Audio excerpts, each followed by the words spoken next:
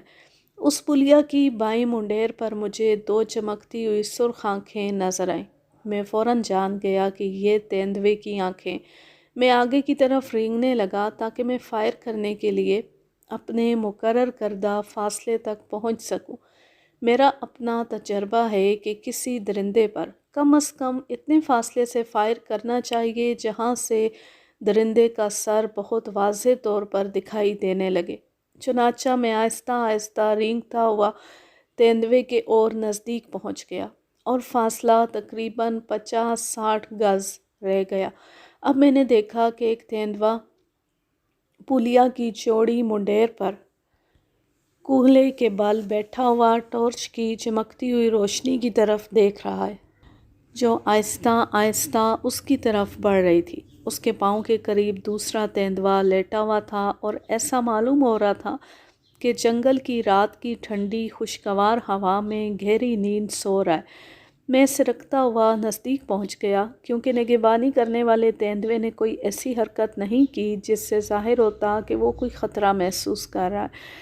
چونکہ میں ٹارچ کی روشنی کے پیچھے تھا، اس لیے تیندوے کو نظر نہیں آ رہا تھا۔ ٹارچ کی روشنی میں تیندوے کا سفید سینہ چمک رہا تھا، جو بہتر نشانہ لینے کے لیے بہت موزوں تھا۔ میں نے نشانہ لیا اور لبلبی دبا دی۔ دھماکہ ہوا اور دوسرے لمحے منڈیر پر کچھ بھی نہ تھا۔ دونوں تیندوے بیک وقت چھلانگ لگا کر منڈیر کی دیوار کے پیچھے غائب ہو چکے تھے۔ میں رائفل کو دوبارہ لوڈ کرتے ہوئے انتہائی تیز رفتاری سے بھاگتا ہوا اونچی پلیا پر پہنچا اور منڈیر پر کھڑا ہو گیا، جہاں چند لمحے پہلے دو تیندوے موجود تھے۔ نیچے جھانکا تو دیکھا کہ ایک تیندوا نالے کے ڈھلان پر کنارے کے پاس مرا پڑا ہے۔ مجھے دوسرے کی فکر ہوئی۔ قریب کی جھاڑیوں کی طرف ٹارچ کی روشنی پھینکتے ہوئے دیکھنا شروع کر دیا۔ تقریباً 100 گز کے فاصلے پر مجھے دوسرے تیندوے کی آنکھیں چمکتی نظر آ گئیں، مگر فاصلہ بہت زیادہ تھا۔ میں نے ٹارچ کا رخ پھر مردہ تیندوے کی طرف موڑ دیا تاکہ یقین کر سکوں کہ وہ مر چکا ہے اور مکاری نہیں کر رہا۔ وہ بے حس و حرکت پڑا تھا، اس لیے میں نے دوبارہ بھاگتے ہوئے روشنی تیندوے کی طرف ڈالی، جس کی آنکھیں اب بھی اتنے ہی فاصلے پر چمک رہی تھیں۔ میں باری باری دونوں کی طرف روشنی کرتا رہا تاکہ میں دونوں پر نگاہ رکھ سکوں۔ مجھے کچھ شک ہوا جیسے مرے ہوئے تیندوے کے اعضاء حرکت کر رہے۔ شاید میری ٹارچ کی متحرک روشنی کی وجہ سے میری نظر کا فریب ہو، مگر میں یقین کرنا چاہتا تھا، اس لیے میں نے ٹارچ کی روشنی اس پر مرکوز کر دی۔ مان اس کا بھاگا ہوا جیون ساتھی یکایک روشنی کے دائرے میں نمودار ہوا اور قریب ہی کھڑا ہو کر قیاس کرنے لگا کہ اس کا ساتھی کیوں ایسے پڑا سو رہا ہے اور دھماکہ سن کر بھاگا کیوں نہیں۔ وہ پر امید نگاہوں سے اپنے مرے ہوئے ساتھی کی طرف دیکھ رہا تھا۔ درمیانی فاصلہ بمشکل 20 فٹ ہوگا۔ تیندوا روشنی کی پرواہ قطعاً نہیں کرتا اور نہ ہی روشنی کے خطرے سے ڈرتا ہے، کیونکہ وہ اسے چاند، تاروں اور سورج کی روشنی کی طرح بے ضرر سمجھتا ہے۔ میں اسے ٹارچ کے پیچھے دکھائی نہیں دیتا ہوں گا، لیکن مجھے تعجب تو اس بات پر تھا کہ وہ ایک چمکتی ہوئی معلق ٹارچ کے اتنا قریب ہونے پر بھی بے فکر اور بے پرواہ تھا۔ اس نے ایک نگاہ بھی ٹارچ کی طرف نہ ڈالی اور وہ اپنے مرے ہوئے ساتھی کو دیکھنے میں محو رہا۔ قریب ہونے کی صورت میں نے باقاعدہ نشانہ لیے بغیر اس پر فائر کر دیا۔ دوسرے ہی لمحے وہ دونوں پہلو بپہلو مردہ پڑے تھے۔ میں کچے راستے پر اترا اور گھوم کر پلیا کے اختتام پر پہنچا تاکہ میں قریب سے معائنہ کر کے اپنی گولیوں کے نشان دیکھوں۔ دونوں گولیاں کچھ ایسے صحیح حصوں پر لگی تھیں کہ جہاں گولی لگتی آنن فانن موت واقع ہو جاتی ہے۔ ایسے موقعوں پر اگر گولی کاری نہ لگے تو شکاری کے لیے دوبارہ رائفل لوڈ کرتے ہوئے تیندوے کے جوابی حملے سے بچنا بہت مشکل ہو جاتا ہے۔ میں واپس مڑا تاکہ اپنے دوستوں کی کارگزاری بھی دیکھوں اور پھر مردہ تیندووں کو اٹھانے کے لیے مشورہ کر سکوں۔ جو لوگ رات کو شکار کھیلنے کے طریقہ کار کا تجربہ نہیں رکھتے وہ اس پر مشکل سے یقین کریں گے کہ تیندوا تیزی سے بھاگتا ہوا آ کر شکاری کے قدموں میں کتے کی طرح بھی لوٹ سکتا ہے، اور یہ صورتحال شکاری کے لیے بے حد خطرناک ہوتی ہے۔ ایک ماہر شکاری کے ہاتھ میں ٹارچ جادو کی چھڑی کا کام دیتی ہے۔ میری شکاری زندگی میں ایسے کئی واقعات ہوئے ہیں جب تیندوا ٹارچ کی چمک سے مسحور و مفلوج ہو گیا اور بھاگنے کی قوت گنوا بیٹھا۔ بلی کی طرح متجسس، یہ ایک مشہور کہاوت ہے، لیکن یہ کہاوت بلی سے زیادہ تیندوے پر صادق آتی ہے۔ یہ اس کی حد سے زیادہ تجسس پسند فطرت ہی ہے جو اس کی تباہی اور موت کا باعث بن جاتی ہے۔ جس پر میں نے پہلی گولی چلائی وہ نر تیندوا تھا۔ گولی چلانے کے بعد اس کا چھلانگ لگا کر غائب ہونا ایک لازمی اور جبلی فعل تھا۔ مردہ حالت میں اس کا دیوار کے قریب گرنا ضروری تھا، مگر وہ تقریباً 15 فٹ کے فاصلے پر جا گرا تھا۔ میرا خیال ہے اس نے بچنے کے لیے باموقع چھلانگ لگائی، مگر صحیح نشانے کی وجہ سے وہ دوبارہ اٹھ نہ سکا۔ دوسرا تیندوا جو سو رہا تھا وہ اس کی مادہ تھی۔ تیندوے کے لیے بکری کی جگہ کتا باندھنا زیادہ کارگر ہوتا ہے کیونکہ تیندوے کا ذوق ہی کچھ ایسا ہے، لیکن کوئی شکاری نہیں باندھتا کیونکہ اسے جنگل میں باندھ آؤ تو بھونکتا نہیں۔ اس کے مقابلے میں بکری درندے کی گرفت میں مرنے تک پوری طرح ممیاتی رہتی ہے۔ جذباتی شکاری کی کوشش ہوتی ہے کہ وہ اس بے گناہ جانور کو مرنے سے بچا لے۔ ممیانے کی وجہ سے بکری کو تو بچایا جا سکتا ہے لیکن کتا خاموشی کی وجہ سے بچایا نہیں جا سکتا۔ بکری کو جب یہ پتہ چل جائے کہ شکاری اس کے قریب موجود ہے تو وہ بالکل نہیں ممیاتی، چنانچہ اسے احساس دلایا جاتا ہے کہ وہ اکیلی ہے۔ جو ہی اسے باندھ کر آدمی الگ ہٹتا ہے وہ بری طرح ممیانے لگتی ہے اور شکاری چوری چھپے مچان پر چڑھ جاتا ہے۔ باندھنے کے بعد پہلے گھنٹے کے دوران بکری بہت ممیاتی ہے، دوسرے گھنٹے کے دوران اس کی آوازوں میں وقفے پیدا ہونے لگتے ہیں اور اس کے بعد وہ بالکل خاموش ہو جاتی ہے۔ اس کے بعد شیر اور چیتے کا انتظار محض بیکار ہوتا ہے۔ اگر رات خیریت سے گزر جائے تو صبح سویرے شکاری مچان سے اتر کر بکری کو کھولتا ہے اور وہ نہایت پیار سے شکاری کے پیچھے پیچھے چل پڑتی ہے۔ کئی بار چیتا یا تیندوا عقب سے آ کر بکری کو اٹھا لے جاتا ہے۔ میں گڑگاؤں ضلع میں اکثر مرغابیوں وغیرہ کے شکار کے لیے جایا کرتا تھا اور گڑگاؤں شہر سے گزر ہوتا تھا۔ مسٹر ہیوم وہاں کا پولیس سپرنٹنڈنٹ تھا۔ وہ ماہر شکاری تھا۔ اس نے ایک روز مجھے بتایا کہ سوہنا پولیس اسٹیشن کے دیہی علاقے سے شکایتیں ملی ہیں کہ رات کے وقت ماؤں کے پاس سوئے ہوئے بچے گم ہونے لگے۔ گرمیوں کی وجہ سے لوگ باہر سویا کرتے تھے۔ ہیوم کا خیال تھا کہ بچے اٹھانے والا تیندوا یا بھیڑیا ہے۔ وہ خود کسی مصروفیت یا سرکاری مجبوری کی وجہ سے اپنے ہیڈ کوارٹر سے نکل نہیں سکتا تھا، چنانچہ اس نے یہ کام میرے سپرد کیا کہ بچوں کو اٹھانے والے درندوں کو ختم کروں۔ میں سوہنا پہنچا جو فیروز پور روڈ پر گڑگاؤں سے 15 میل دور ہے۔ اسٹیشن آفیسر نے مجھے 2 گاؤں اندری اور گڑھی جانے کو کہا جو وہاں سے 5 اور 3 میل دور ہے۔ زیادہ تر شکایتیں انہی 2 گاؤں سے ملی تھیں۔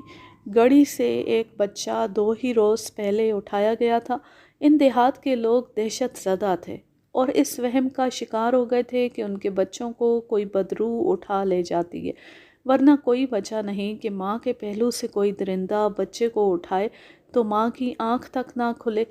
یہ لوگ اس قسم کے حادثات اور قحط وغیرہ سے گھبرا کر سنیاسیوں کی خدمات حاصل کر لیا کرتے ہیں، لیکن پولیس نے یہ حادثات اپنی تفتیش کی ذمہ داری میں لے لیے، لیکن مجرم ایسا تھا جسے پولیس کے وارنٹ گرفتاری کی کوئی پرواہ نہیں تھی۔ میں نے گرد و پیش کی چٹانوں اور جنگلوں کو بخور دیکھا اور مجھے ایک تیندوے کے پنجوں کے نشان نظر آ گئے۔ میں رات کی تاریکی کا انتظار کرنے لگا۔ اس دوران میں نے بکری کو باندھنے کی جگہ اور اپنی جگہ کو منتخب کر لیا۔ پیچھے چٹان تھی، سامنے جھکے ٹیلوں کی دیوار تھی، سامنے کی کھلی جگہ سے گھاس اور جھاڑیاں کٹوا دی گئیں اور وہاں بکرے کے میمنے کو باندھ دیا گیا۔ میں اپنے قلعے میں تیار بیٹھ گیا۔ جو ہی میمنے کو باندھ کر آدمی پرے ہٹا، میمنے نے ایسی بری طرح ممیانا شروع کر دیا جو میلوں دور تک سنائی دیتا تھا۔ رات کا اندھیرا پھیل چکا تھا۔ اچانک میمنا خاموش ہو گیا۔ یہ میرے لیے واضح اشارہ تھا کہ تیار ہو جاؤ۔ میں نے 1 منٹ انتظار کر کے ٹارچ روشن کر دی۔ روشنی سب سے پہلے میمنے پر پڑی، اور جب روشنی ذرا آگے سرکی تو میں نے دیکھا کہ ایک تیندوا میمنے پر جھپٹنے کے لیے ٹانگیں سکیڑے ہوئے تھا۔ فاصلہ 70 گز کے لگ بھگ تھا۔ میں نے رائفل کو بلند زمین پر جما کر 2 آنکھوں کے درمیان نشانہ لیا اور لبلبی دبا دی۔ آنکھیں غائب ہو گئیں۔ میمنا چپ چاپ رہا۔ میں آگے بڑھا اور دیکھا کہ تیندوا مرا پڑا تھا۔ اس کا بھیجا اڑ گیا تھا۔ مجھے یقین ہے کہ بچوں کو اٹھانے والا مجرم یہی تیندوا تھا، کیونکہ اس کے مرنے کے بعد ایسی کوئی واردات نہ ہوئی۔ اب ایک چیتے کی کہانی سنیے، جو میرے لیے ایک انوکھا تجربہ ہے۔ ایک رات میں نارا دہی کے جنگل سے ایک شکاری کے ساتھ شیر کے شکار کے سلسلے میں گزر رہا تھا۔ میں نے ٹارچ کی روشنی سے گرد و پیش کا جائزہ لیا تو کوئی 100 گز دور ایک ہرن کو کھڑے دیکھا۔ مجھے اس کا چہرہ مہرہ اور سینگ اتنے خوبصورت لگے کہ میں اسے مارنے سے گریز کرنے لگا، لیکن میرے گائیڈ نے میرے بازو پر ہاتھ رکھ کر کہا کہ اسے مار لوں۔ اجازت نامے کے مطابق میرے لیے شکار کی یہ آخری رات تھی۔ میں نے سوچا کہ جو لوگ میرے ساتھ بھاگتے دوڑتے رہے ہیں ان کی خوشنودی سے منہ نہ موڑوں۔ میں نے اپنے آدمیوں سے کہا کہ وہ جہاں ہیں وہیں کھڑے رہیں، اور میں خود ہرن کی طرف بڑھنے لگا۔ میں اس کے قریب ہوتا چلا گیا اور ہرن کمال بے خوفی اور وقار سے خوبصورت بت کی طرح کھڑا رہا۔ اب فاصلہ کوئی 60 گز رہ گیا ہوگا کہ میں نے دیکھا ہرن کے رنگ کا ایک اور جانور ہرن سے کوئی 25 گز دور پیٹ کے بل بیٹھا تھا۔ اس جانور کا سر اور کندھے گھاس میں چھپے ہوئے تھے، لہٰذا میں جان نہ سکا کہ یہ کیا ہے۔ بہرحال میں نے اسے ہرن کی مادہ سمجھا۔ میں نے کھڑے ہرن کے سر کا نشانہ لیا، رائفل نے شعلہ اگلا اور ہرن گرا۔ نشانہ یقیناً خطا نہیں گیا تھا۔ میں ہرن کو ذبح کرنے کے لیے بھاگا، دیکھا ہرن پڑا تھا۔ میں نے رائفل الگ رکھی، ٹارچ بجھی ہوئی تھی۔ میں نے اندھیرے میں ہرن کی گردن کو تھاما اور چاقو چلانے لگا۔ میں نے ہرن کو سیدھا کرنے کے لیے اگلی ٹانگوں سے پکڑ کر کھینچا۔ عین اس وقت کسی نے ہرن کو پیچھے سے گھسیٹا۔ میں سمجھا شاید ہرن ابھی زندہ ہے اور تڑپ رہا ہے۔ میں نے اس کے سینگوں کو مضبوطی سے پکڑ لیا۔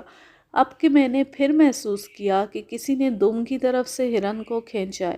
یہ جھٹکا پہلے سے شدید تھا، اس قدر شدید کہ ہرن کا جسم کوئی 1 گز پیچھے کو سرک گیا۔ اب مجھ میں اور اس غیر مرئی قوت میں رسا کشی شروع ہو گئی۔ پیشتر اس کے کہ میں سمجھ پاتا کہ ہرن کو کون پیچھے گھسیٹ رہا ہے، میں نے اپنے آدمیوں کو آواز دی۔ عین اس وقت مجھے ہلکی ہلکی مگر غصیلی ہرراہٹ سنائی دی۔ میرے رونگٹے کھڑے ہو گئے۔ یہ ہرراہٹ بالکل واضح تھی۔ میرے پہلو میں ایک چیتا ہررا رہا تھا اور وہی ہرن کو پیچھے سے منہ میں پکڑے گھسیٹ رہا تھا۔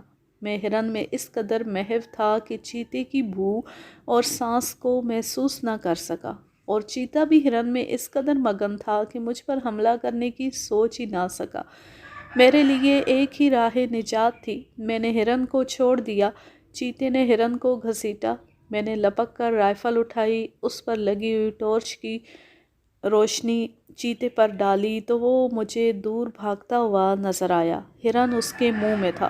میں نے اندھا دھند گولی چلا دی جو خطا گئی۔ میں کرکٹ کے اس کھلاڑی کی طرح سر جھکائے اپنی راہ لگ گیا جو پہلی ہی بال سے آؤٹ ہو گیا۔ یوں یہ دلچسپ کہانی اپنے اختتام کو پہنچی۔ اس میں چھوٹے چھوٹے مختلف واقعات تھے۔ امید ہے کہ آپ کو پسند آئے ہوں گے۔ اس کہانی کا ماخذ ہے سیارہ ڈائجسٹ، جولائی سن 1986۔ اب میں لیتی ہوں آپ سے اجازت۔ جانے خوش رہیں، شاد و آباد رہیں، ہنستے مسکراتے رہیں۔ اور اگر یہ کہانی یا میرا انداز پسند آئے تو اس چینل کو سبسکرائب ضرور کر لیں اور اس ویڈیو کو زیادہ سے زیادہ شیئر کیجیے۔ اللہ حافظ، اللہ نگہبان۔